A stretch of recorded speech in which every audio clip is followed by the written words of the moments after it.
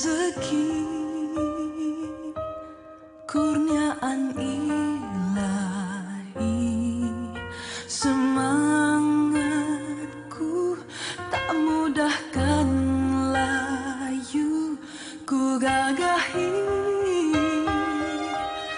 dengan rasa pilu.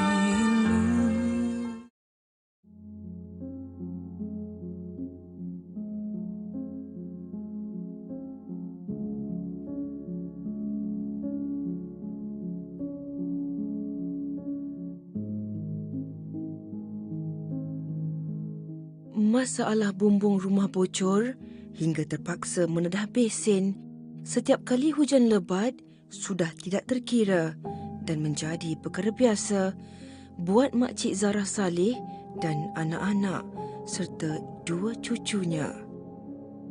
Kata wanita berusia 60 tahun itu, insiden itu menjadi tegal biasa buat mereka, terutamanya pada waktu malam apabila perlu beralih tempat tidur bagi mengelak diri kebasahan terkena titisan hujan. Menetap di kampung Dalam Ru, Mukim Kubur Datuk Tumpat Kelantan, Makcik Zarah tinggal di rumah daif itu seramai 6 beranak. Itulah keadaan gitu lah. Latar gapo tu lah. Gelega-gelega sikit. Bumbung bocor semua. Bumbung bocor lah. Habis tu boleh itu sini. Dinding reput. Dinding ada juga. Reput ada. Tu ialah tak ada apa lah.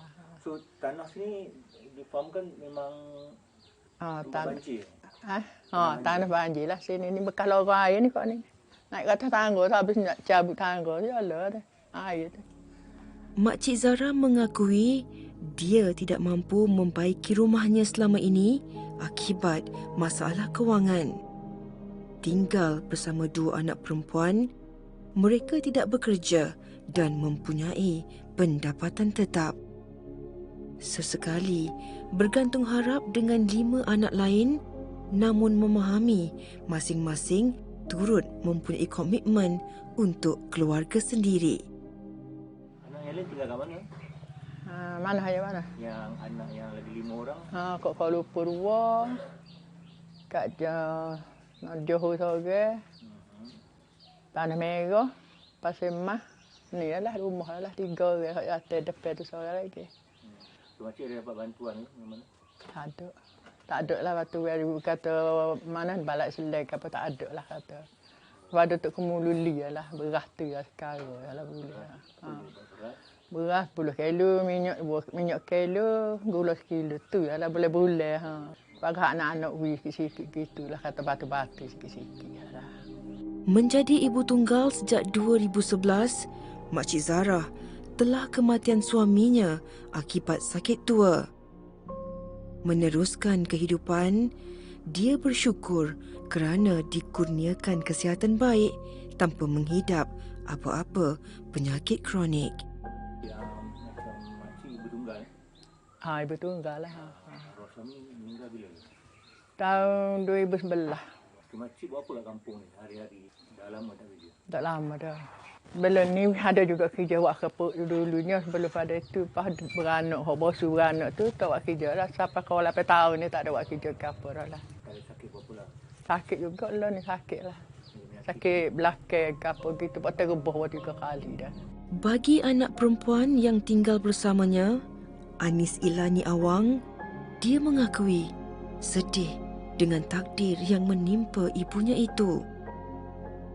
Bukan tidak mahu membantu, dia juga yang ibu tunggal sejak 3 tahun lalu tidak mempunyai pekerjaan, malah perlu membesar anak tunggalnya berusia 6 tahun yang merupakan orang kelainan upaya OKU kategori autisma. Adik buat abe-abe lah. Betul lah. Sebelum ada berlahir, autism? Tak, lahir okey. Dia doktor suspek dia umur nak masuk 2 tahun. Bekas suami memang dah berpisah lah? Berpisah. Tak berhubung. Sementara nafkah dapat? lepas balik sini dalam 3 bulan kot. Dia bagi lagi lah. Lepas pada tu lah. Sampai yang kata. Anis memberitahu dia tidak dapat bekerja kerana perlu memberi tumpuan kepada Muhammad Amar.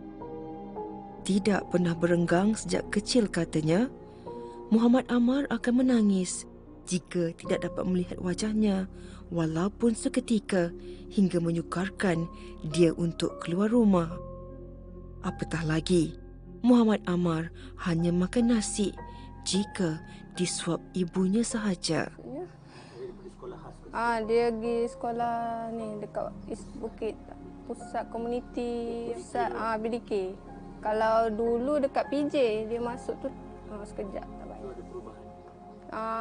Alhamdulillah ada perubahan. Dari dulu dia tak suka campur ramai-ramai, dia suka duduk sorang. Lepas tu macam mungkin dia lambat perkembangan ikut. Saya pun tak tahu juga.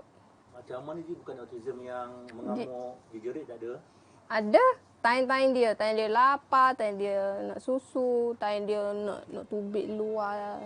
Melewati saat bahagia, keluarga Makcik Zarah kini mampu tersenyum riang apabila rumah mereka terpilih dalam program Nafas Prihatin 2020 Anjuran Pertubuhan Peladang Kebangsaan Nafas. Baik ke rumah saya, molek ke apa. Gitu lah. Untuk Nafas makcik nak cakap apa? Untuk Nafas pun terima kasih juga. Terima kasih belakang lah. Kok mana-mana mari tolong tu terima kasih banyak lah. Syukurlah sebab mak tua lah rasa Macam seorang ke rasa sikit bulan daif kan. Lepas tu ibu tinggal pula. Okey. Okay, you kan. Ada tak kan? Menyinari kalbuku, memberi satu kehidupan baru. Kau pimpin tangan. Sementara itu, Datuk Cik Abdullah Maknawi berkata, program Nafas Prihatin 2020 adalah program tanggungjawab sosial korporat untuk membantu mereka yang memerlukan bantuan. Pertamanya, program pada hari ini ialah program pembaikian rumah asnaf Nafas menggunakan CSR Nafas dalam membantu ahli-ahli persatuan. Pemilihannya adalah dibuat oleh PPK lah. Kita mungkin boleh kongsi tentang jumlah peruntukan. Saya difahamkan pada tahun 2020 sahaja sebanyak RM490,000 telah digunakan untuk membaiki dalam 60 buah rumah di seluruh negara. Datuk Cik Abdullah yang juga ahli Parlimen Tumpat memberitahu program Nafas Prihatin diharap dapat membawa keluar keluarga yang kurang bernasib baik daripada kehidupan kemiskinan.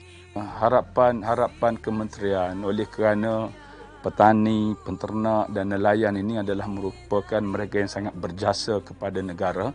Jadi inilah cara mana kerajaan membantu mereka supaya dapat meringankan beban kehidupan mereka dalam melaksanakan kerja-kerja mengeluarkan makanan untuk negara. Bagi Makcik Zarah, pengalaman tidur di ruang tamu yang ditimpa hujan pasti menjadi kenangan dalam hidup.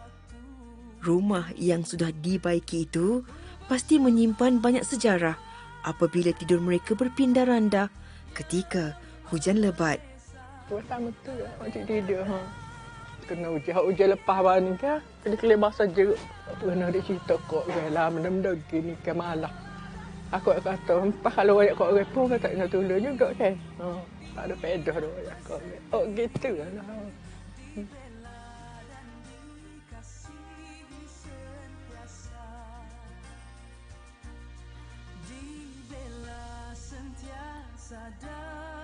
Terima kasih Nafas, terima kasih Nafas Prihatin.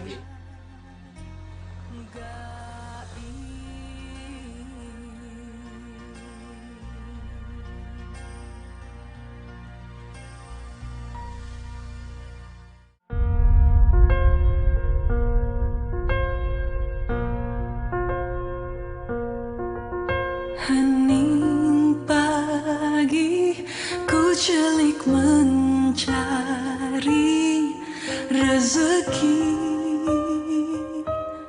kurniaan ilahi.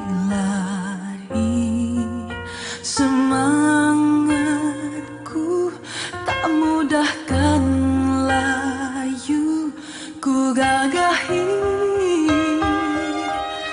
dengan rasa